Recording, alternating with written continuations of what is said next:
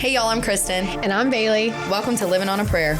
We're two best friends who are here to keep it real and relatable. Through life's hills and valleys, we're here to remind you we're all just living on a prayer. Welcome back. Welcome back to Living on a Prayer pod. I'm Bailey, and this is my co-host, Kristen Quick. Well, what's our tagline?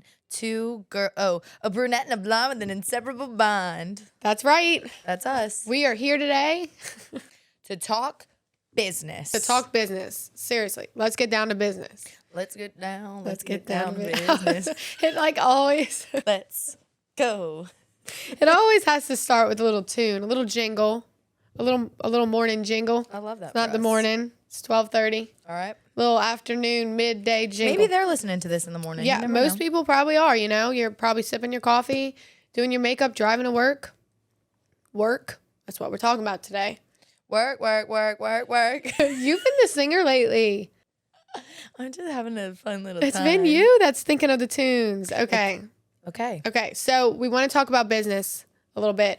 So as y'all know, if you don't know, now you're about to know.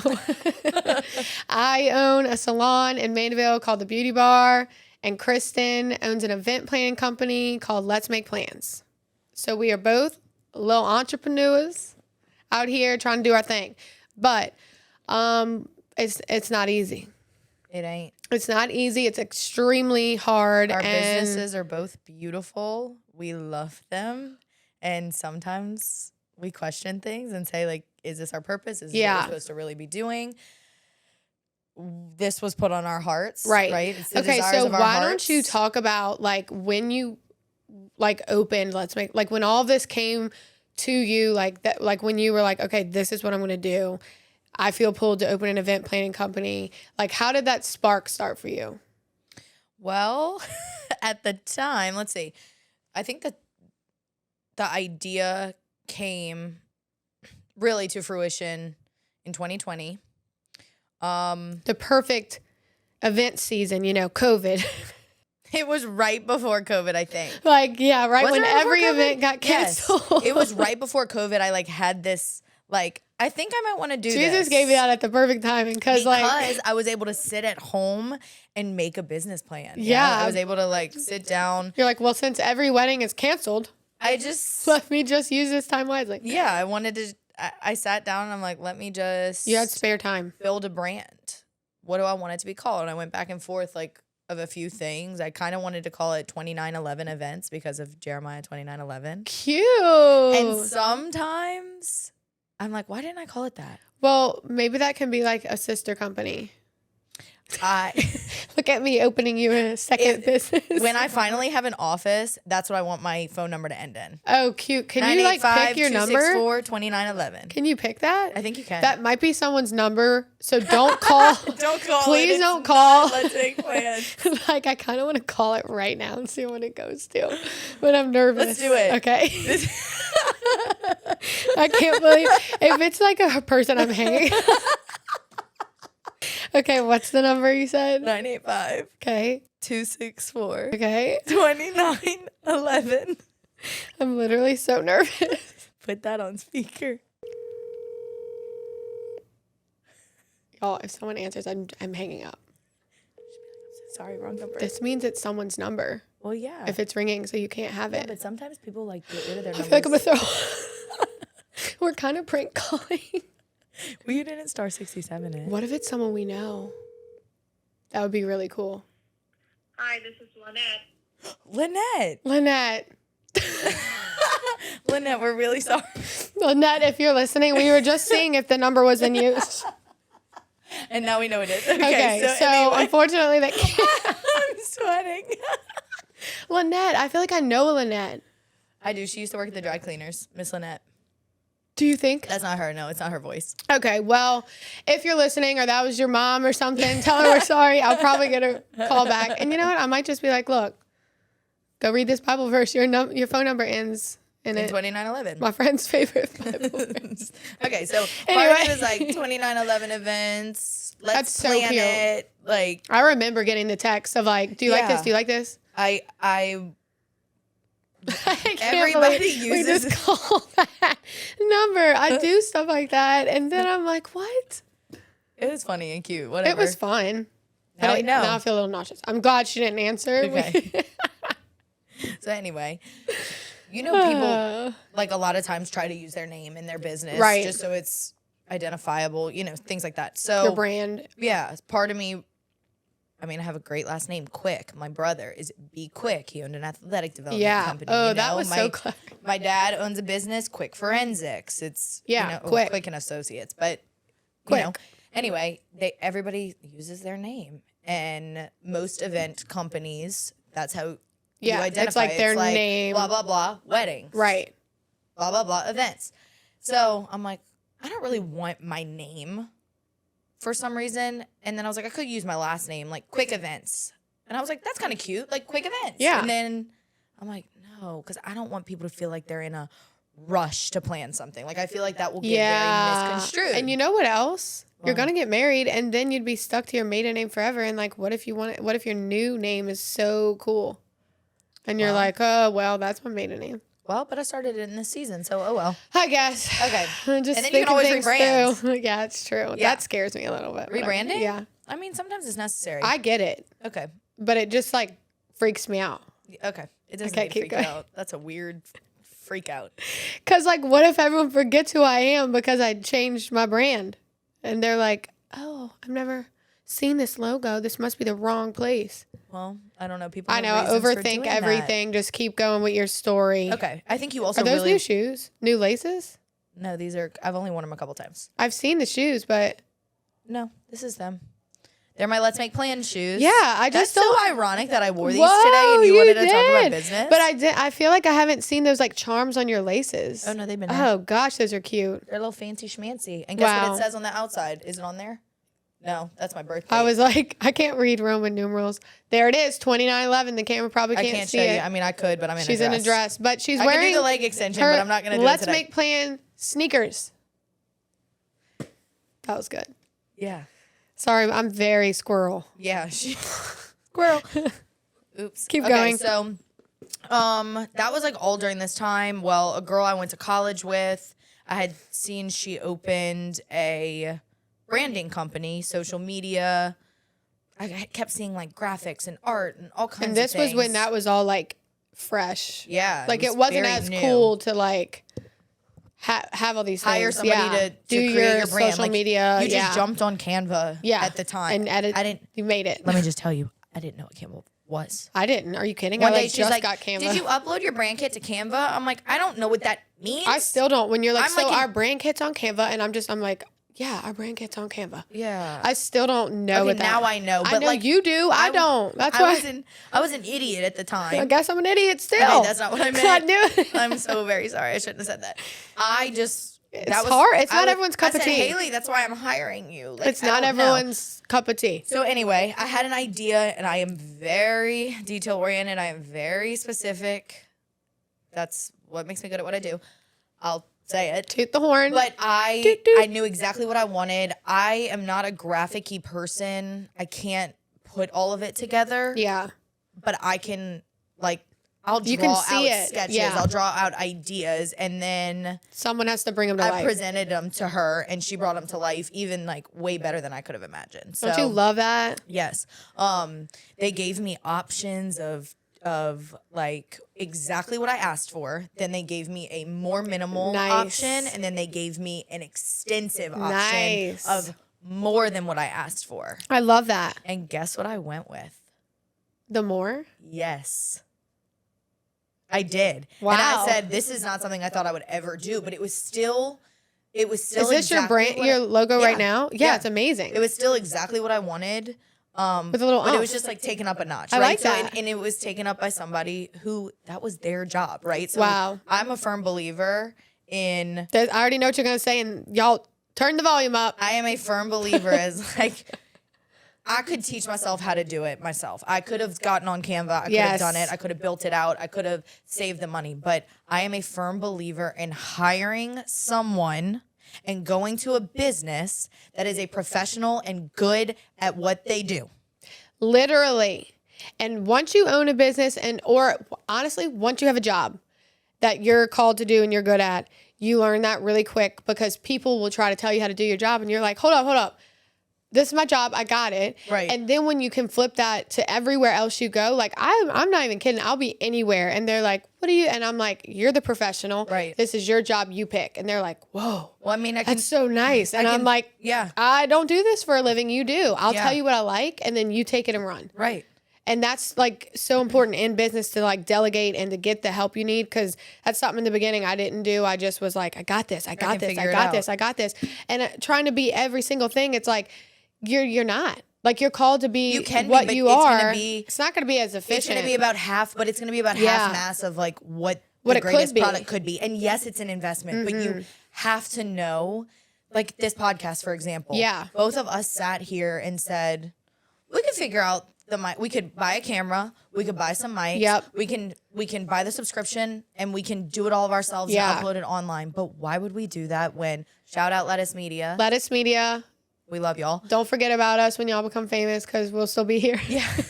But we couldn't have done it without them. They are the professionals. They are and like we tell them that all the time. We're like, Yeah. this is y'all's thing. We're just going to talk. Right. And it makes it more fun for us too. We get to just enjoy what we're called to do. Yes. And like even down to like when you own a business, having a CPA, having financial advisors, having like all those things that you're like, I can do that.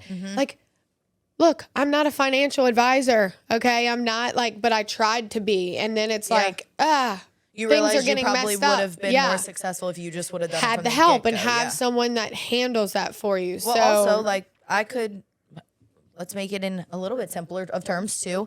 I could go buy box dye and go dye my hair at home. But I don't. can take some scissors and chop up my hair. but don't. But I'm going to go to someone who's a professional. because you want to look good. Right, and who can do it the right way. Yeah. Yes, it may be more expensive, but, like, The product is the worth product it. is better. Yeah.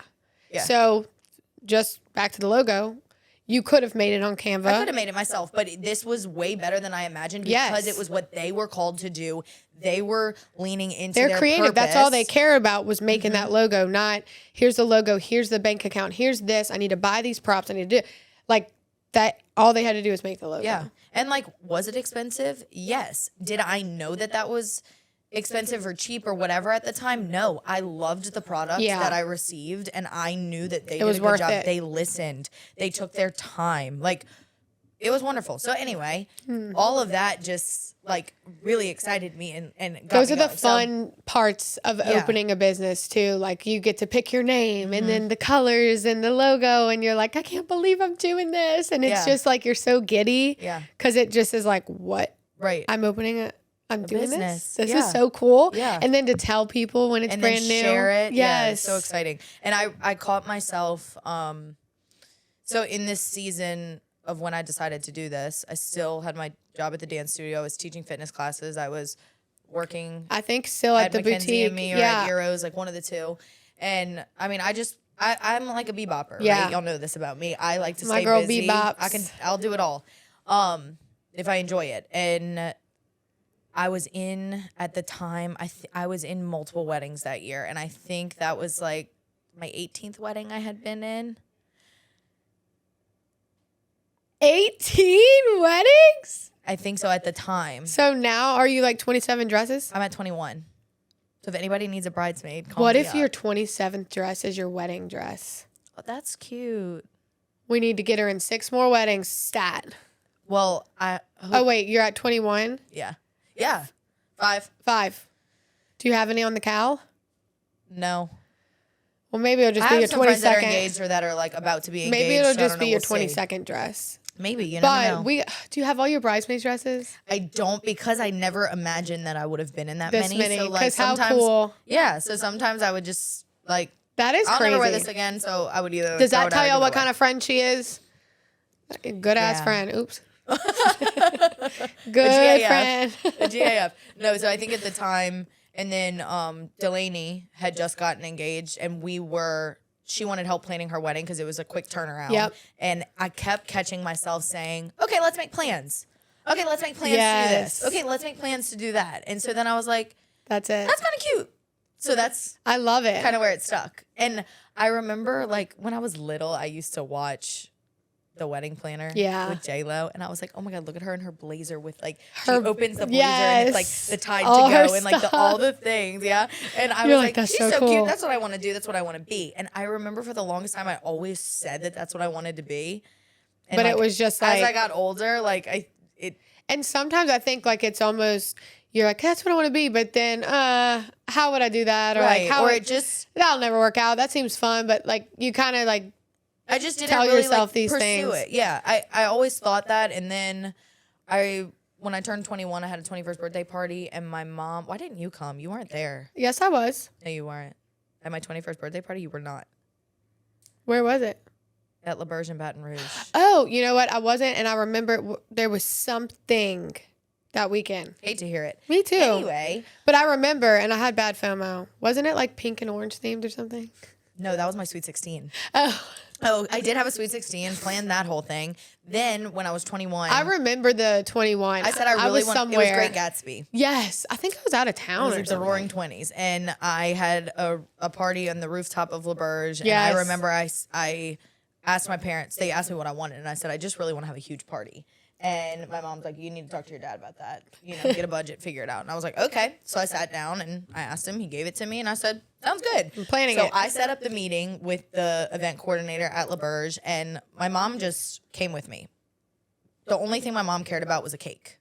She needed the cake. Yes, she cared about the cake, and then my dad cared about the food and beverage, and those were like their two things. And then you were like, all right. And I the had details. I had the rest. So, you know, when you sit, I don't know if you know, never mind. When you sit down at a venue, or with any kind of event planner, like they normally have packages for you. So I sit down with this lady, and I had pictures, I had the mood board, I had You were everything ready. I wanted. Yeah. So I sat down with my iPad and I just showed the girl, I showed her everything I wanted. My mom literally sat there, and we left, and I was under my budget. Everything was good. You're like, and "I'm winning." my mom was like, I cannot believe you just did that. Like You had a presentation had for it her. all. And I was like, yeah, I knew what I wanted. Like, I have a vision. I'm and going to going for execute it. Yeah. And my mom was just like, whoa, okay. And she still to this day talks about that. She's like, I knew then that this is what was you going to needed be, do. yeah. And I thought about child development was my major Right.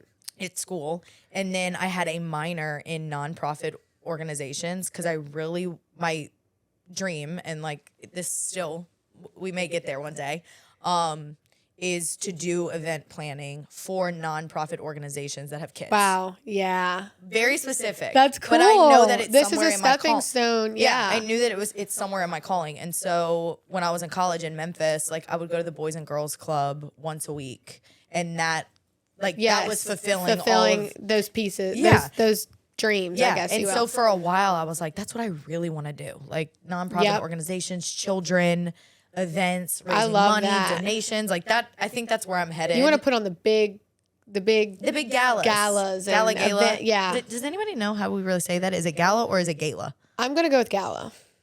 Okay. I say gala, but a lot of people say Because gala like too. gallon is kind of spelled the same way as Like gala. Galentine? Is that where No, you're- like like a gallon of gallon, milk. Gallon. Like Gala. Galentine's. Gala. Gala. Okay, cool. Glad we talked That that through. was- I've always wondered because the other day I said something about like, oh, this gala, and whoever I was with said, oh yeah, the gala, and I'm like, I Did think you it's just- kind of a tomato thing, maybe, but like not on purpose. I think it's I gala. think we just don't know. Okay. Anyway, I feel like sorry, I know. tangent, but I feel like that's my calling somewhere. was along it the within line. that? Yeah. Yeah. So anyway, that's how like the name came about, and I was really excited for all of it, and I really was just gonna do You it just, like part time. Yeah. And I really did tell myself I wanted to do more parties and showers and more like niche, small, Yeah. quaint events. Detailed. Stuff like, you know, if your mom wanted to throw you a baby shower and she just said, I don't have the don't know time what to to do do. it. Yeah. Here's my budget. Can you just plan it for me? Like there are a lot of families and Yeah. Oh, individuals yeah. around here that just And people are busy. So they're Yeah. like, I want it to be perfect, but I don't have the time to make it Right. perfect. Like I literally did that for Sage's bachelorette. Like I Yeah. was like, I'm not from there. I don't know anything. There was a girl that specifically did bachelorettes there. And I was like, hired. yeah, easy. And this And is how my, was it? it was perfect. Because she knew what She she handled was it. doing. Yeah. She handled every detail. She knew She listened to it your was request. her thing. I didn't have to get there and like set up and do this and do that. Yeah. Like she handled everything, Yeah. every reservation, every piece of decorations, like the mimosas, like everything. And I was like, to me, Great. that's so worth it. Yeah. Because I didn't have to stress. Yeah, exactly. So same with like showers. Like a lot of moms are throwing these showers and they're like, I don't know what cake and what florist and all this stuff, but this is how much I have to spend. And you come in and you're like, great, got it. Bada bing, bada boom. So that's originally what I wanted to start out doing was little. I wanted it to be little. Not little, but more niche. And I told myself I'll do a wedding here or there. And boy, was I wrong. You had it backwards. I had it backwards. I really Now it's like a party here and there, and it's like a weddings. party here and there, but it's like the weddings are really, really what like we enjoy and we capitalize on, and it fulfills you. It's a different kind of. It's a totally different, obviously, like investment and day. Like, yes, a bridal shower is important. Yes, a baby shower is big and important, especially when it's your first kid. But like your marriage, you know, it's just and you get to do all the moving pieces to that. And what's really been cool is just the relationships that I've built with my clients. Like they become friends. They kind of feel like family, and like on their wedding day, I get the bridal blues, and I mean, like when I'm fluffing somebody's dress for them to walk down the aisle with their dad, you're just like, oh, I'm like totally in my feels. Yeah, and it's like, wow, you're the last touch of that moment. And then, like you're just, it's special. Or a first look, or watching, you know, a groom look at his bride for the first time, and then there's so much chaos during a like wedding morning of everybody getting dressed and getting where they need to be and blah blah blah. But the second like those two people get together, everything stands still. Everything is like that's the missing link. Yes. Like, that is their person, and it's just like really beautiful to sweet. see. Yeah. So I think that there's just it's probably because I am a very emotional person. Right. And so I think that there is just a lot more your heart's in it. The relationships, the emotional attachment is just so much greater. Yeah. You know, yes, we're putting on a beautiful event with like thousands of dollars of florals and beautiful dresses and the food and the cake drink, and but like, it really is the relationships to me that matter. Yeah. Which is sweet. And I think that reflects in your work too, because you're just like, you want them to have that moment and their special day, and you're like, I'm gonna do whatever it takes to get it to be there. Right. And Kristen, I mean, we've talked like a lot about our jobs, but she's so good at what she does, like so good. And we talk about a lot of times, like it's hard for people to understand like what she really does. Because it's like, oh, I don't need that. I can order this cake and do this all by myself, like whatever. Oh, it's fine. Or they'll get quotes from her and they're like, never mind. And it sounds so expensive. But like we were just talking about with hiring people, that's their niche and that's what they do. Like if you want your event to be flawless and to just relax and just enjoy yourself, hire Kristen. Thanks. I try to explain it to people, but she's so good at it. And then you get to just enjoy the day. Well, I think I had this conversation with another, I had it with a rental company last week, somebody who I was going to get furniture from, right? There will be brides and grooms or families, you know, brides and their moms that will go and they will spend $15,000 on lounge furniture. Yeah. Please don't choke. Some of you are probably like, $15,000? Oh my God, oh my God. on rental furniture. Yes, on rental furniture. It happens. You might be better off buying it. Sorry, my rental friends. But like, sell it. if you want a couch for your house, yeah, buy it for your wedding, and then put it in your house you know? after. I do have friends that have done that. That's funny. Yeah, but anyway, they will spend $15,000 on rental furniture. They will spend $20,000 on florals, and they will spend $8,000 on a band. Okay. You don't think you need a wedding planner, coordinator, whatever. That's fine. Right. You have those spend things. your money, you figured your things out. But there are things that do go wrong. And if you're planning something, I know you don't want to hear that. Yeah. But they do. And it happens. And if you're going to spend, what did I just say? 15, 20, we're at $35,000 plus another 8. You're at $43,000. Quick math. And that's just the three things. That's just the 3 things I said. That has nothing to do with food and beverage, your venue, wedding nothing, dress, your transportation, blah, blah, blah. Lots of moving parts. You got $43,000 of stuff, but you don't want to spend $3 to $15,000 on a planner or a that can coordinator execute to make sure that those 3 things get where they need to be, or arrive on time, or picked up on all time. the phone calls, communication. Like my sister just got married. Literally, we just got back, and I was like, she had a planner who had like a team of 5, and we like literally did nothing. Like when I say we were so, me and my mom were like, why do we feel so calm? Because my wedding, we did everything. You're like, wait a minute, I need to go hold my sister's dress. And it's we just were like floating around, and we're my girl Vic, I kept saying my girl Vic, the planner, she kept like, I'm like, look at her, and she's like, okay, we're going to go over here and da-da-da-da and da-da-da and walkie-talkie, da-da-da-da. And I saw her little video on social media of the stuff she does behind the scenes, and I mean, I get it because I do it as well. But like watching her, she did it with such ease. And she did. And she was so calm and like just handled it. No one's energy ever got like anxious. Like it was like, and me and my mom were like, if we didn't have her, this day would have been chaos. So different. Chaos. Like she was switching us from cocktail hour to the dinner to the this to the this to the passing out the blankets and it was just like, wow, like we didn't have to lift a finger. We got to just enjoy. Okay, I'm gonna tell you this story. Okay, I've been saying I need to talk about it, so this is a perfect time to talk about Bring it in. You'd never want to think that anything is going to go wrong in your day. I hate to tell you, something may, and it's okay. But that's why you need a great team in place to handle it, tackle it, take care of it. The bride of a wedding that I did 2 weeks ago does not even know this. I never told her. She just kept living her life. I saw her. I've talked to her a couple times after. We are friends. She has no idea. So, Grace, if you're listening, this is what happened on your wedding day.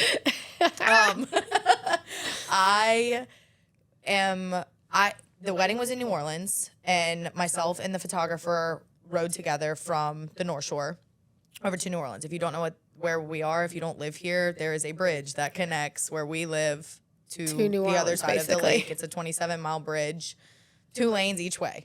So we got on at about 1:30, I guess, and we were at the bride's house for 2, and we were early because we really weren't supposed to be there till, I think, 2:45 or 3 o'clock, but we just were early, so we just went ahead and went. And thank God. Thank God. We get to her house, and we're doing all the things we're doing, making sure everybody's ready to go, moving pieces and parts, blah, blah, blah. My phone starts blowing up, but I'm like finishing up with her before we get into the car. So we get in the car, and I look at my phone. I'm like, okay, I got to answer these phone calls. So I have a call from the florist, and she said, hey, girl, I think it was like 2:20, 2:30. Hey, girl, I just want to let you know I just tried to get on the causeway. They are not letting any cars on. I had to turn around. I have to go through Slidell, so that's an alternate route. She's like, we are going to be there, but we're going to be 25 minutes late. Yeah. So the vendor load-in was at 3 o'clock. Every vendor was supposed to be there at 3 o'clock because everything needed to be set up by 4:30. Like 4:15 preferably. 4:30 guests were arriving for a 5 p.m. ceremony. Yeah. So that was like cut time. So she's going to get there between 3:25 and 3:30 at this rate. Fingers crossed. And so I just tell her on the phone, okay, be careful. You know, I'll see you. Can't do anything else. You call me the second you get there. We will have all hands on deck. We'll help you unload. But just know, now you're only going to have 1 hour and 5 minutes to get everything ready. And it's got to be ready. Right. And pause, when we were talking about this the other day, she was like, you know, and if they wouldn't have been able to come for some reason, I would have been down the street buying florals, making bouquets. Like, that's what the planner's for. Because who else would have done that, you know? Like, if you didn't have an event coordinator, the bride would have gotten the phone call. Yeah. Or her mom would have gotten the phone call. And think of the panic. The panic. Right? Okay. Because you're already on edge a little. Yeah. It's already an emotional day. Yeah. So she left, so she tells me that, and I'm like, okay, girl, you just let me know. We will be all hands on deck, and we will help you. We got this. Let's go. We got it. So, I mean, I knew everything. I have a floor plan. I have every floor. Like, I know where everything's going. So, we're ready. We were ready. And so that phone call happens. I'm like, all right, girl, you just be safe. No big deal. So then I get a phone call from the girl who's singing. The lead singer of the band. The lead singer of the band. Yeah, and it was only a 2-piece for this. It wasn't like a full 5 to 8 person band. Right. This was a small intimate wedding, so it was just a female singer and a male singer, but really guitarist. So she texts me, and she's like, hey, girl, oh my gosh, I am at a dead stop on the causeway. Everyone is stopped. They are out of their cars. We are all in park. I don't know what's going on. And I'm like, oh no. So she's in the middle of it. She can't even get around it. Yeah, she's stuck. She can't even get off and go through Slidell. So I just see the messages and I was like, okay. Did my stomach just go to my throat? Slightly, but I just responded back and I was like, okay, you be safe. You let me know whenever you get off. As we know, Kristen could sing. happening. So if Kristen had to get up there and sing, she was going to handle that. Yeah, everybody wants to hear that, huh?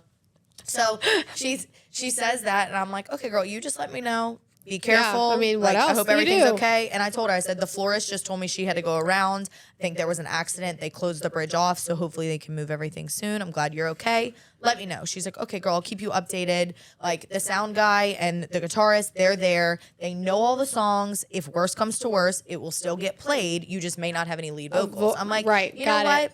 Got it. That's okay. And she'll get here eventually and hop in. Then I'm calling my assistant who's already there and another vendor that was already there because at this point it was like approaching 3:00. Yeah. So I'm like telling them, just make sure this is happening. Right. The florist is going to get there. Once she does, just be ready to be all hands on deck. She's like, got it. Awesome.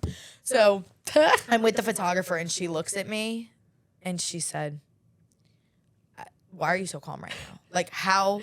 Those are two big parts that are missing. And I'm literally, as I'm doing these phone calls, I am driving to the venue. And she's in my car. And she's like, what? How are you so calm? And I looked at her and I was like, what do you mean? And she's like, all of these things are happening. And you're just handling. And you're just like, doom. And I said, well, little do you know, there are cartwheels, backflips happening in my stomach. My brain is already like, we are at, we had plan A. I'm thinking of B, C, D, E, and F of the next things that could go wrong and what I would need to do if this came at me, right? So I'm thinking of all those things. And then I looked at her and I said, but I'm also going to tell you, there are only so many things that I can control. Physically control, yeah. There are only so many things that florist can control. She couldn't control that there was an accident. The singer couldn't control that there was an accident. She was stuck on the bridge. She was on her way and she was going to be early, right? And that's also like God's got everybody where they want, where they need to be at the right time. So did she make it? Everyone made it. But I was prepped. Just in case. Like if I get a call from the florist that she really was going to even be later than that. Right. I already had in my head that I was going to go to Trader Joe's and I was going to make the main event. If the bride needs a bouquet and we need one boutonniere for the groom, we were going to handle what we were going to have. I love it. The restaurant was just going to have to make every table pretty with what they normally do at their restaurant, right? And later on, when I have to explain this to the bride, I will. But again, not her fault, not my fault, and I'm not calling her right now and telling her. Yeah, she doesn't need to know. No, florist, because guess what? It all worked out, and that would have got everyone's panties in a wad for no reason. And for no reason. Yeah, like, if I can be the anxious one that I'll take it. Really can't be anxious, you'll hold it for everyone else. Yeah, that's like the main part of my job. Okay, anyway, sorry, I just went on a tangent, but that's just like what I'm saying, like for if you're looking into that, or if you're like, I don't know why that would make sense. It's stuff like that we can't ever plan for. We don't know what's coming our way on these days, and to have someone to just handle it with grace and like just be like, I got this. Yeah, it's so nice. Yeah, and like again, business is hard. These are tough. The things that when I was like designing my logo, I was so excited for my packages. Company. I was so excited. I know. And you never think that things are gonna come out of the blue and just hit you. No, like this. And they do. You never think that you're going to wake up on a day of an event and your employee is going to tell you they can't come. Right. Those are the things that you just don't like. When you're starting out, it's all just like butterflies and rainbows and excitement and all these things. And then you get into it and it's like, you're like, wait a minute, I was banking on you. I had a team of 3 people today and I need the third hand. I need the third hand. And it happens. Like with employees, like you have to just know like sick days are real and like deaths in the family are real and all these things happen and you don't prep for them because you have all your things right where they're supposed to be and you're ready to take on each day, and then you get a text like that's like, hey, I can't come, and you're like, what do I do now? And even just like, I mean, it just compromises your service. Yes. And that's something that you pride yourself on. So correct. I'm like, I get a phone call like that and I'm like, think fast, think fast, think fast, think fast. Right. And like even with us, like when I have a girl who's sick and I have to reschedule their day, like there's nothing I can do about it. Someone's sick, they're sick. But to me, I'm like, oh, I have to move these people. What if they were getting married this weekend? Or what if they had a big party tomorrow night? Or what if? And then that's a whole new level of like stress and like weight on me that I got to own because it's my business. It's my company. Yeah. I have to figure it out. I have to fix it. So those are the little things that you're just like, oh, really? Okay. So as a business owner, what is your favorite thing about being a business owner, and what's your favorite thing about your business? So my favorite thing about being a business owner, I think, is truly just like being there for my team, like being a leader and getting that, like, I get giddy and excited when I take care of people. Yeah. Like Nurturing. I'm nurturing. Yes. So like to provide them with something that even if they're like, I saw this on TikTok shop and it's cool, I'll order it like that second. Cause I'm like, if that will make your day better and like that will make your job easier, I'm going to get it for you. And you're excited about it? Like I want to see that excitement. And then they get excited like, oh, we got this or whatever. So I think in like training, like new girls, like straight out of school, like just pouring into them, I think just leading as a whole is so enjoyable for me. Well, I think you've also taken what people have done for you, yes, and what people have done to not me, not for you, yeah, right? Exactly. Wait, this is crazy that we're saying this because over the last, like 4 days, it was in the homily on Sunday at Mass, but the last few days it keeps popping up everywhere I am. And there's a song that I've never heard before, and yesterday morning and this morning I heard it. Weird. All about if God is for us, who can be against us? Ooh, I love that. I'm about to get really emotional. I'm about to cry. But I don't think it's an accident that keeps coming up, but it is so true. And there will people that will not be for you. Right. But if God is for you, then like that's really all who that can matters. be against you? Yeah. And like truthfully, so when a lot of the times when we're like venting about business, it's typically about like an unhappy customer or someone who decided not to use us or something. And a lot of times it can get really just like overwhelming. And those are the things that make us like, should I even be doing this? Like, question it. Questioning everything, an employee wanting to go somewhere else or start a new path or whatever. You feel defeated anytime there's that kind of shift within your business that makes you like question. It's a trial. And it kind of leads me into like my season and like points that I'm at right now. But so I guess I'll backtrack. Yeah, with the beauty bar. Okay, so let me go back to like kind of how you said like when you with your calling, like how it got started, and then I'll go to like my favorite thing about my business because that was your other question. So basically I worked in a salon straight out of beauty school. It was a very like educational salon, which was really important to me. I wanted to learn. I wanted to grow. I was not ready to just like hop behind a chair and have clients. That's big though that you knew that. I knew that. And that's why when I hire people for my apprenticeship, I'm always like, I really respect you for doing this. Like I make sure they know, because it's not like there's girls that are just going to go booth rent and there's girls that are just going to go start taking clients, and it could almost that comparison game gets started and you're like, should I already have clients? But what you're doing is you're pouring into yourself. And I'm always like, this is your grad school. Look at it as your grad school. Yeah. You got to have a little more education and it's always worth it. And It flies by. So I did that. But when I knew I was ready to like start taking clients and I wasn't getting the opportunity, that's when I was like, oh, I got to make a switch. Like I got to start taking clients. You knew that you were meant for more. Yeah, I knew that I was meant for more, but I highly respected the position I was in.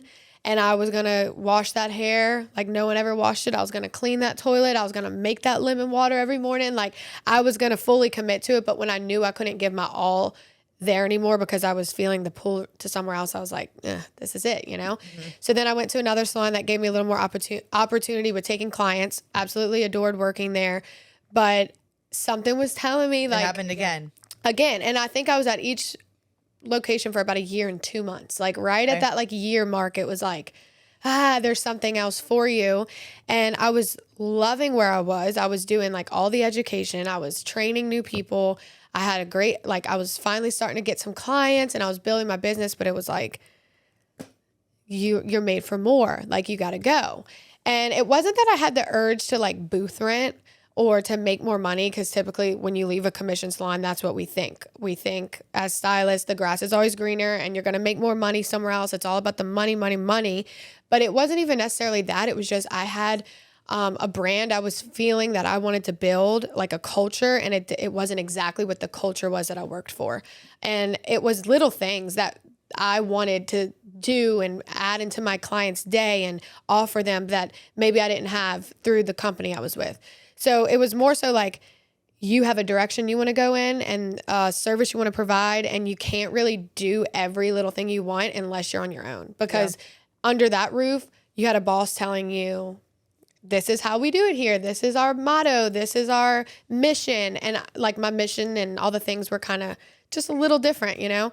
And I had a pull to do my own thing. And it was like extremely terrifying to jump out and I really didn't have clients. Like I had only been behind the chair for a year, which if you do hair, you know, that's like basically nothing. Like it's not a lot of experience, but I just felt like it was time. So I went out. Sometimes, sorry, I'm interjecting, but like sometimes when you can't learn unless you throw yourself into situations. To feel it and to mess up. I literally told my nephew that last week. I'm like, dude, you have to just keep experience things, getting reps in, putting yourself in situations where you have to learn. When this happens, I do this. When this happens, I do this. Exactly. I'm really good at this. I'm really not good at this. Right. These are the people I want to be around. These are not the people I want to be around. Right. And that was part of it too. Like even just like at the salon I was at, there were some people that my morals like did not align with. And they're sitting next to me having these conversations that my clients were listening to. And I was like, it's that's not me though. You. Like I don't do that. I don't. And like that was really tough for me. That was a big part of it. Like I honestly was like, I can't work next to some of these people. It's just not my brand. Like it wasn't who I wanted to present myself as. So that's really like all those, hard. It was tough because they were friends of mine too, but it would be like, why are you saying that out here? Like we're professionals. Like I was so about like giving that professional experience that I'm like, there's a break room for that, you know? Yeah. And it was really hard for me because I was so young too. I mean, I was not perfect and I'm sure I said things, but there were certain things that really just were like, oh my gosh, I have to get away.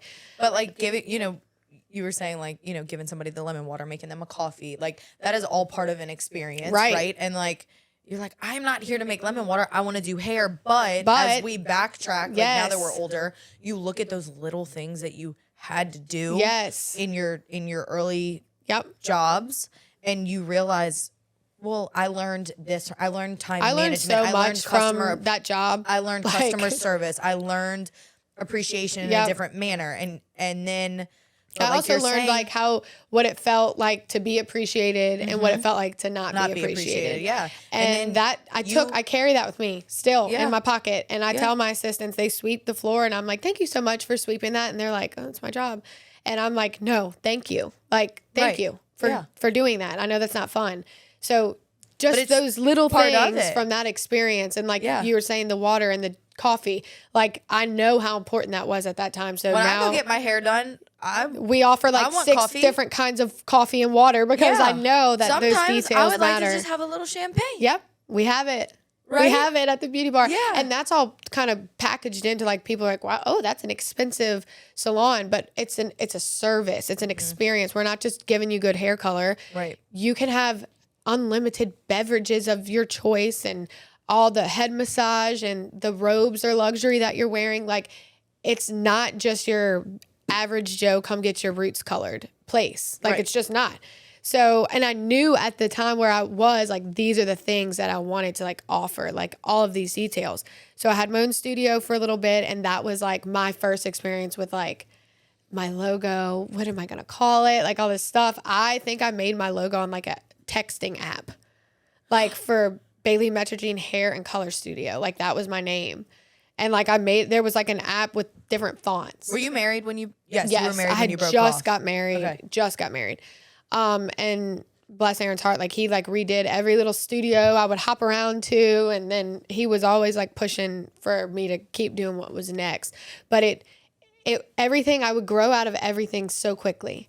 Like it was like I was in a small studio and then I needed a double studio. And then all of a sudden I was like, am I going to open a salon? So it was just like this pull, like I just kept feeling like this pull, like every step I took, it was like, you got to you're made for more, you're made for more, you're made for more. And then before you know it, it's like I have this full team, and a lot of it like came, like it was just growing and it was seamless. And I was like, but then a lot of it was not seamless. And there was a lot of things still. Literally, I have a testimony that I'll probably be able to share in like a year that I can't even speak on right now, but it's still happening. It's still tough. And I think it always will, though. It will. It will. There's always how something many years new. You own a business, like whether it is a no matter client, what. an employee, your rental space, if you want to build or buy, if it's something will always come at you. You'll always be tested. You're always being tested. And like I have a lot of friends who own businesses, and I think the one thing we all have in common is we question ourselves. Like it's every time I have a conversation with someone who owns a business and we're just trying to vent a little, we're like, it's so worth it, but I would never do it again. Like every single person I talk to is like, it's worth it. I'm in it. I'm proud, but I would never do it again. And if little me knew like how some of this stuff would go today, I might've been like, oh, I'm not doing that.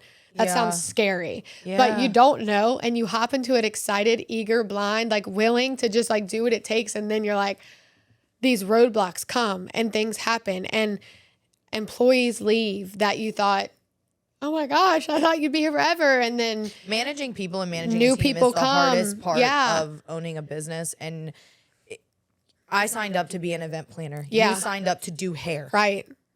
And then it's like, and all then these things turns come into something way bigger, and that's how you grow, right? And that's what makes that's how we learn. But it's hard. It sucks. It sucks. And there's like a lot of times that I've learned so much from having employees over the last couple years, even. But in the beginning, when someone would quit, I would just be like, "It was me. Oh my god!" And then I had to flip it to like, it's not personal. These people have dreams and goals of their own. If they want to go open a salon, or if they want to go see if booth renting is better for them, or if they want to do all these things, let them fly, because guess who flew? I was about to say, you were that person guess one time. Who flew? Okay, somebody told me one time, if you are making a choice to better yourself and you tell your employer that and they get mad or upset, then they were never for you. Amen. And I was like, it's so true. Oh my God. It's and so I like true. sunk in my chair and I was like, don't tell me that they don't care about me. And he said, no. It's true, if though. they don't respect your decision to go better yourself, then they were never for you in the first place. Exactly. And I was like, oh and my God, if you're like, so right. who am I to tell you that you can't follow your dreams or your calling or what's on your heart? Like, or that the place that you want to move to is a better fit for you and or not. Sometimes we don't know. Okay. Like in this world with Instagram and all this stuff, like as a business owner, I see it all and I get so anxious because I'm like, I know if I'm seeing all this, my team is seeing all this. And what if I'm not doing enough for them? And what if they wish our salon looked like that? Or what if they wish da-da-da? And this comes back to like, we're not here to please these people. And comparison and is compare. The thief of joy. We're here to please Jesus Christ. We are not here to please humans on this earth, period. Even if they're your employees, you are not here to people please. No. You are here to please him and the rest will fall into place.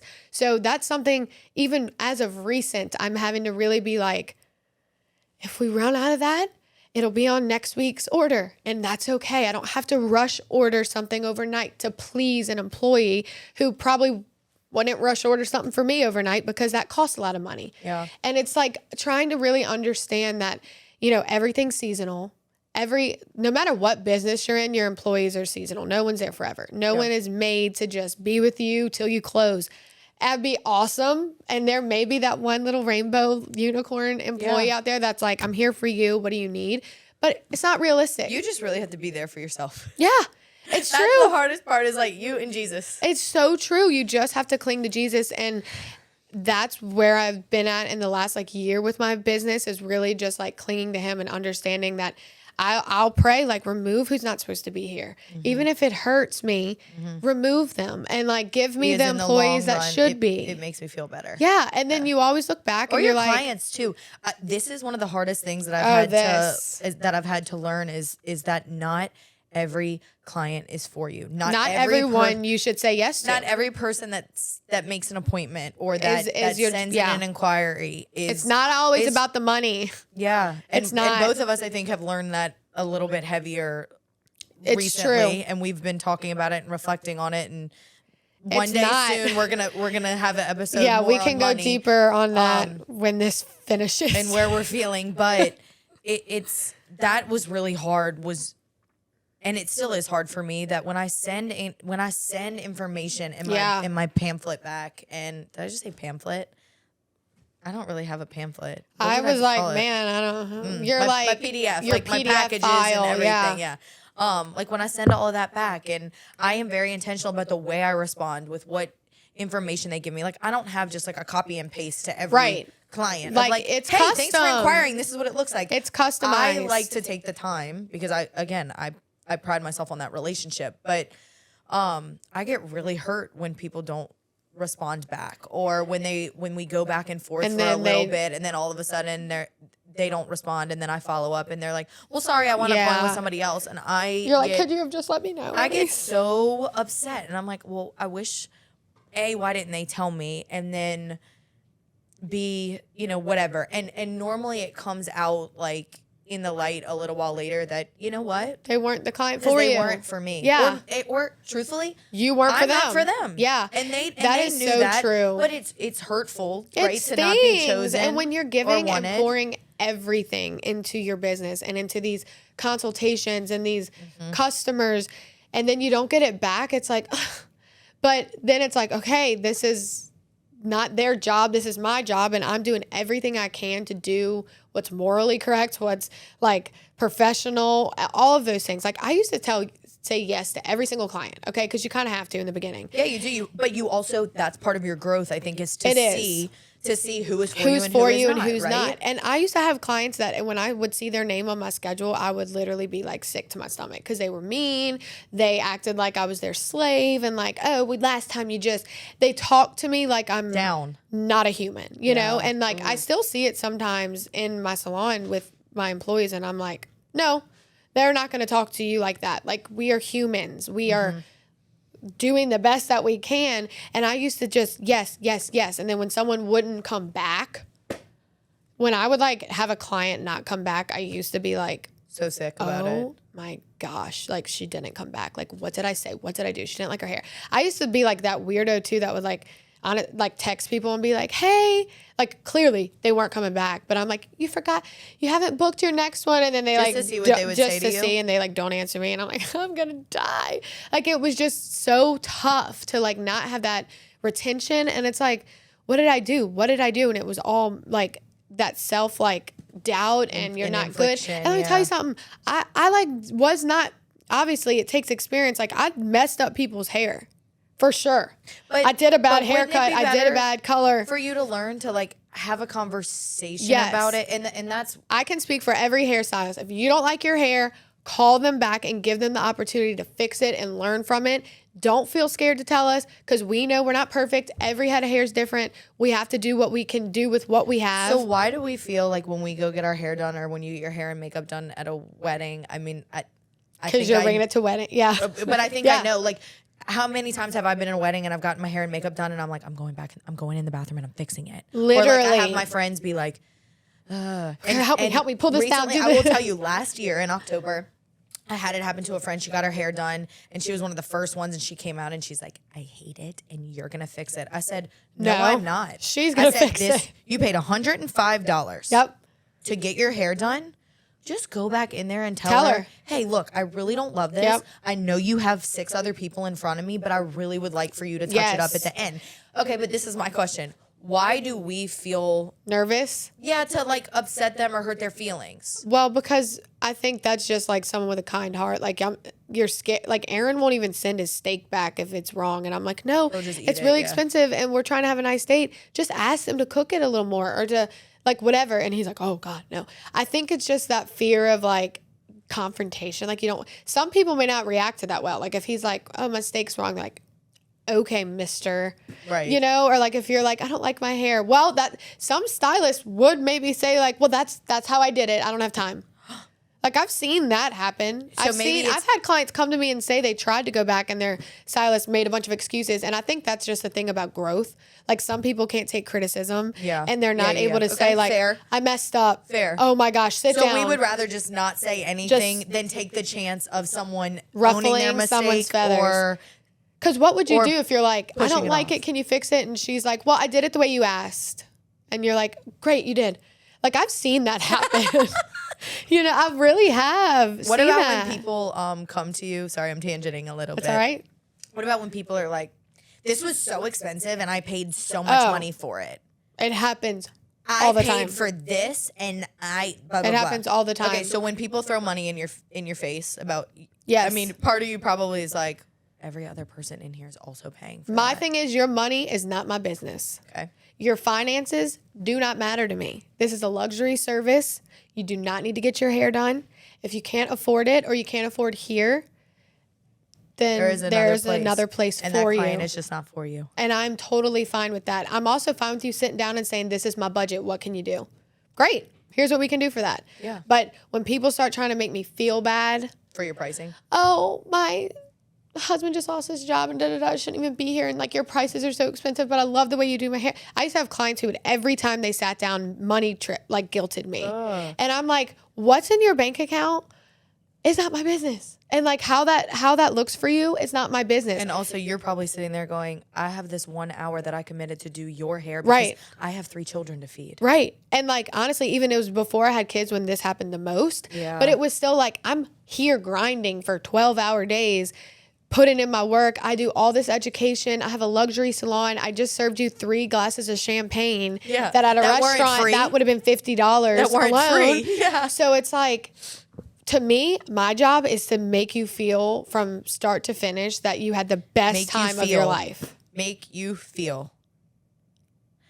Someone also once told me that people may forget the words you said to them. They may forget your actions, but they will never forget how you made them feel. It's so true. And I may that's- forget what you did to my hair, but I'll never forget my experience. And I'll tell you what, I know for a fact that's how I built my clientele because I was not experienced. I think I have a natural talent, but there were mistakes that were made. But Yeah. people would come back because they loved me and Yeah. they loved our conversation and what I did for them and how I treated them. And those are your clients. And those are my clients. Those are the people and that are guess for what? you. Most of them are still with me. Yeah. Like I have some that have been with me for 12 years that are like just with me to be with me. And Yeah. I'm like, you are my people. I was like the only one on Instagram and you just had to post a picture and like a little caption and you were like viral.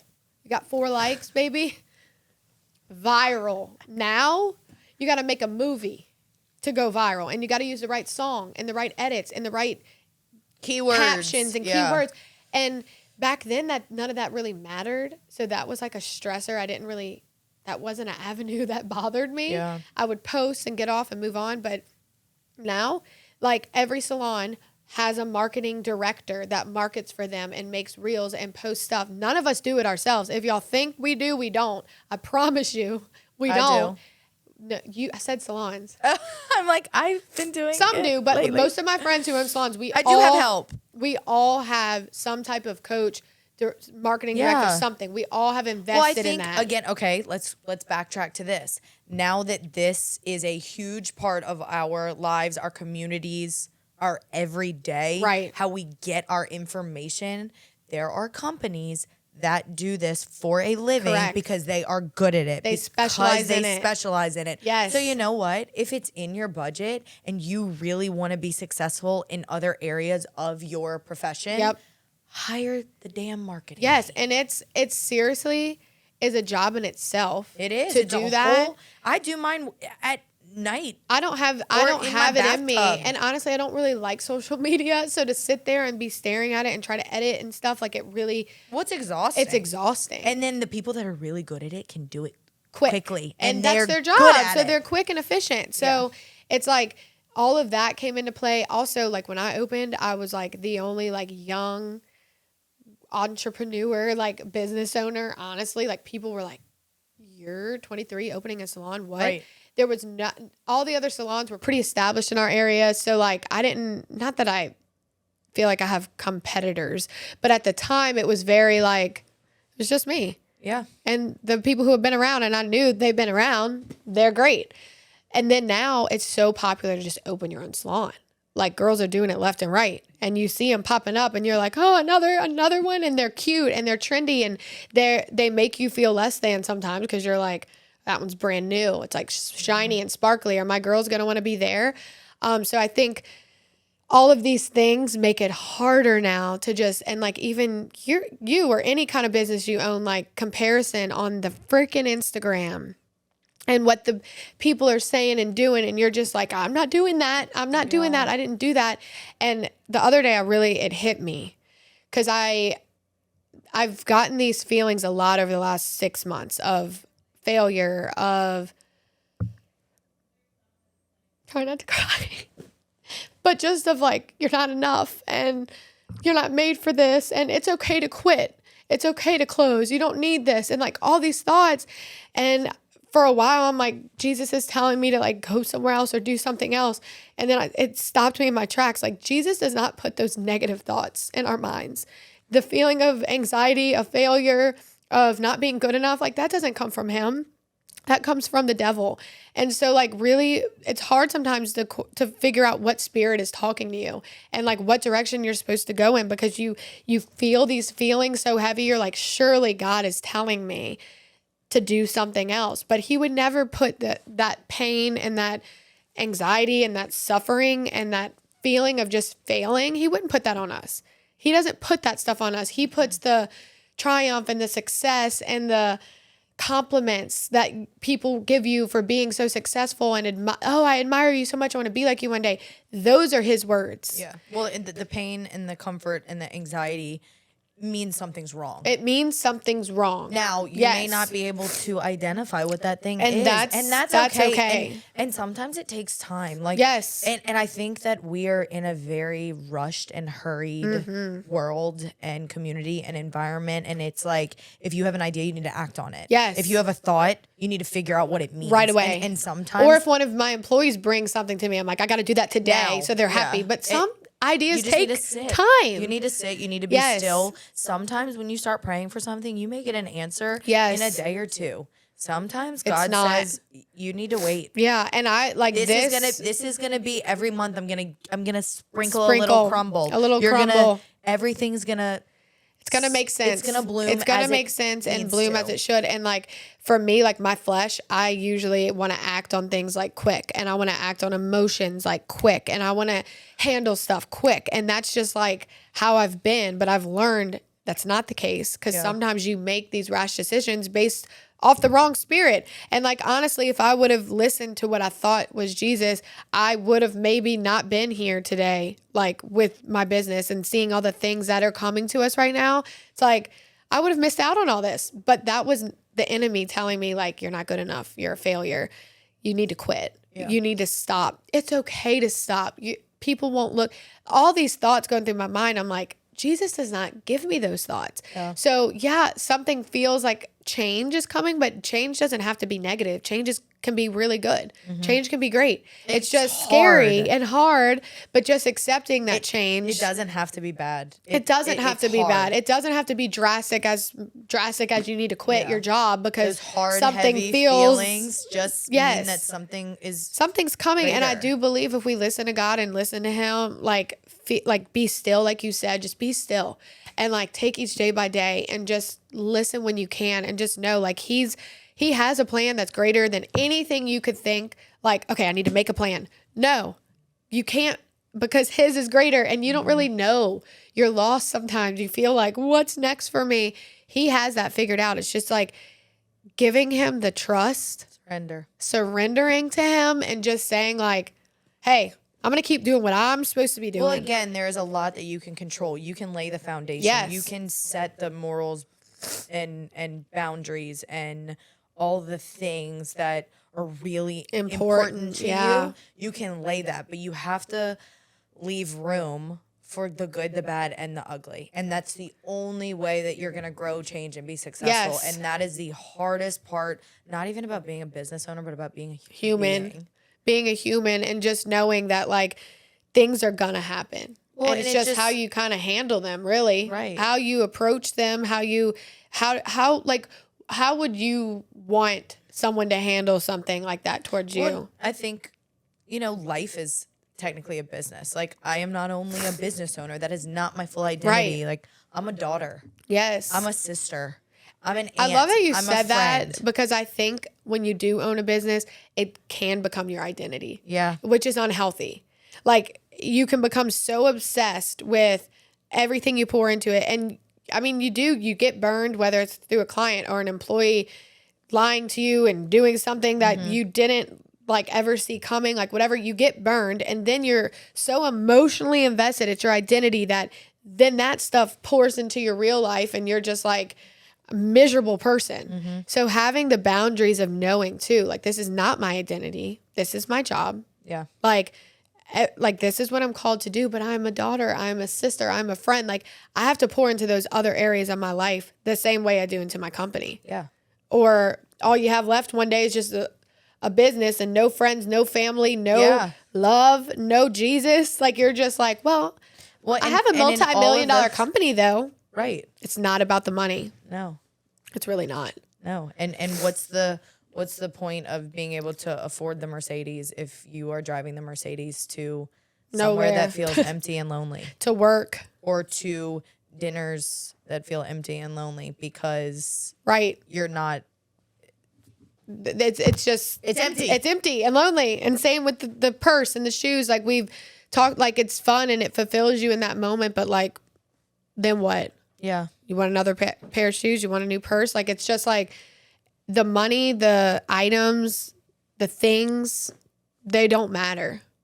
Yeah. Like, that stuff just doesn't matter. I had this conversation with my mom last night. We were talking about just homes and moving and furniture and storage and all of these things that, like, we work so hard to provide. Yeah. And like, my parents started with nothing, like literally nothing. So this beautiful life that they've built, my mom is like very emotionally attached to all of our furniture and all of the things she was able to buy. Yeah. These things that she was able to purchase because I don't think ever in her wildest dreams she ever thought she'd be able to. And so she was getting really overwhelmed about it last night. And I said, okay, I am like half her and I'm half my dad. So literally logically, I'm like, okay, Mom, I need you to take a deep breath. And sometimes we just need to separate that. And maybe the lesson here is like, I know you are emotionally invested because you worked and hard. You poured yourself into be able to have these things and provide it. But at the end of the day, it's just stuff. It's just stuff. I thought a few weeks ago, like, what would happen if my house burned down? Right. And I was okay. But like, is there anything in this house that I would be like so devastated that it was gone? And I finally came to the conclusion of like, no. I know. And this is like a newfound thing for us both because we're very like bougie, materialistic. We love to shop. We love to look at us, look at our shoes. But it's a new thing that's just really like, it's crazy. I don't know if y'all heard the podcast I did with my pastor from church, but we talked about it a little bit. But like, I asked Kristen, like, right when we started this, we were trying to come up with episode things. And I was like, people are going to start asking us about like, why do you wear Golden Goose? Why you got that Chanel bag? If we're so godly, I'm like, we're going to have to do an episode on that. And she's like, yeah. And I'm like, so as soon as we do it, are you ready to like give up all that stuff? And we're both like, no, we're going to skip that episode. And that's just part of being honest and like dealing with that kind of growth. But now I think like it was weird. It kind of happened at the same time for us. We both were like, we really need to stop like buying all this stuff. Yeah. It's not important. And especially like going through like financial. We work hard and we like it and it. We like fashion. We'll get there. But it's not about just saying I own a Chanel bag. Like we genuinely like love to shop and love the fashion and love the history on all the things. And we're like, look at that. It's just different. We'll do an episode on that. But just so y'all know, we're kind of changing our ways. So y'all better watch out.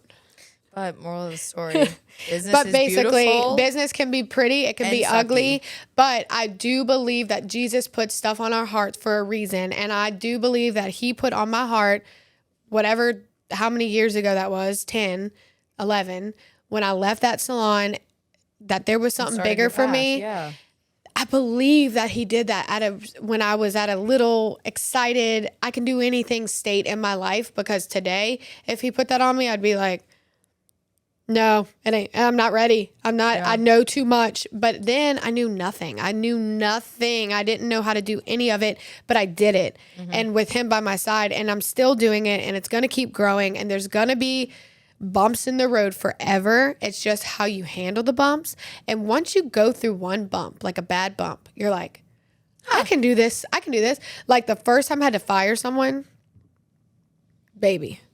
But now, if I got to fire you, I'm ready. Come on, let's sit down. Like I'm confident. You're not what's for me. You're not what's for here. You did something illegal. You did something bad to me, to another employee. Like I have no problem being like, But back then, I will if y'all knew the things that people did to me that I let happen for months and months and months, you'd be like, are you okay? Yeah. But it was scary to handle it. And now the deeper I get, the better I am at handling things. And I just don't think truly that God would put me here if he didn't think that this was my calling. And same for you, and same for anyone else who's opening a business, who owns a business, who's struggling. I was talking to someone yesterday. She's like, I think about it all the time. I just want to sell it. I just want to sell it and be done. But she's so good at what she does. She loves what she does. It's just hard. Yeah. And I'm like, yeah, I know. But I don't think anything beautiful in life is easy. Is easy. Amen. Nothing. Parenting, having children, being married, being a Christian, being a friend, it's all hard. It's hard. It's just hard in different ways. And I also know that work is work. That's something I always have to remind. If someone has a complaint that's not that big of a deal, I'm like, it's your job. Like, work is work. You're not always going to love it. You're not always going to love every employee you work with. You're not always going to be like thrilled to come in. But you're going to learn something from it. You're going to grow. You're going to change. Yes. Every step you take is just a stepping stone. It's a stepping stone to become a better you. And if it's not helping you become a better you, then it is not for you. I needed to hear that, because I feel like most of even just like this decade of this has literally formed me to be such a better person than I was. And all these experiences and the people I've dealt with, and honestly, the pain I have endured and the hurt that I have felt from people who betrayed me through this, and just all of it has like grown me to be this person. And I'm really proud of this person. I really am. I feel like really proud of who I am right now, and the person that's going to be like moving forward with the business that I own. Like all the employees that come from here, I'm like really excited for them to see this version of me. So thanks. Period. I'll read my verse really quick. Okay, you read yours, I'll read mine. Okay, so this is Romans 12:2. Don't copy the behavior and customs of this world, but let God transform you into a new person by changing the way you think. So that really stuck out to me, just mainly alone. Like, don't copy the behavior and customs of this world. Don't try to be the salon down the street. Don't try to be the event planner you saw on Instagram. Yourself and your authentic self is what's going to bring you to the top, because that's who God made you. He literally made every piece of us, and no one else is like you. So don't copy the behaviors and the customs of this world, but let God transform you into a new person by changing the way you think. Whoa. I know. Isn't that great? Yeah. Should I even read mine? I don't know. I think you should, but I did have one more thing that went with this verse. Okay. It was just, I had Googled this verse, because sometimes if you do that, by the way, you can like, there's so much good like info, and like it kind of makes it more relatable to this world that we're in. So I love doing that when I like find something that I love. But it just said, this verse shows that we live out God's will when we change our thoughts to God's thoughts. We live life to please God rather than living as the world dictates and seeking its rewards. The world will always pressure us to live sinfully and selfishly, but to live the good life God wants from us requires changing how we behave by changing our thoughts. So the world and the earthly things and the flesh is always going to want us to be selfish, and it's about me, and it's doing all these things that may be sin, like the way you treat people and whatever, but that's not what God has called for us. So changing the way you think, I think, has a big part in like how you can be successful. Perspective. Yeah, your perspective. Luke 14:28-30. Suppose one of you wants to build a tower. Won't you first sit down and estimate the cost to see if you have enough money to complete it? For if you lay the foundation and are not able to finish it, everyone who sees it will ridicule you, saying, this person began to build and wasn't able to finish. So that's the end of that. But if you go a little bit further, let me go back, and we switch to Psalm 37:4. Take delight in the Lord, and he will give you the desires of your heart. So for me, I like those two kind of going hand in hand. It's like you do have to make sure if you are starting a business or starting anything, a family, a marriage, whatever it may be, you have to lay that foundation. You have to make sure that all of it lines up, whether it's money, whether it's time, whether it's the way that you're going to do your brand, right? You have to lay a foundation, and some people will, if you fail, they will ridicule you, right? Unfortunately, a lot of our community thrives on that. Like, well, this one didn't have enough money to do what she did because she's over there spending money on Botox and she's buying a Chanel bag and she's doing X, Y, and Z. It's like, we shouldn't be fawning over people's failures, right? We should be building people up. So anyway, we do have to make sure that all of those things do line up if that's what we're going to do, because sometimes we make mistakes, right? You may not have realized how much it costs to own the business. You wanted to own the business, but maybe you didn't lay it out right, and that's okay. But if you take delight in the Lord and you really, really pour into your relationship, whatever desires are on your heart, he is not going to let you fail. Amen. He may, you may have hiccups. You may mess up. You may realize your mistakes. But at the end of it all, it's all going to work out for his greater good. And if it does fail, maybe it wasn't really what he had intended for you. Failure. It would just be a learning experience, a stepping stone. Okay, I got you a bracelet. And it says worthy. And on the back it says, are not 5 sparrows sold for 2 pennies? Yet not one of them is forgotten by God. Indeed, the very hairs of your head are all numbered. Don't be afraid. You are worth more than many sparrows. He calls you to be worthy. Your value is solely found in the one who created you.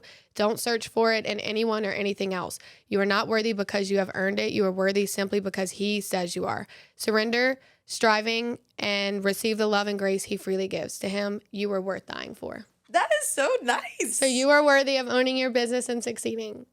Everyone's worthy, but I got one for myself too. So put it on or I'll be offended. You. Okay, now we can clap.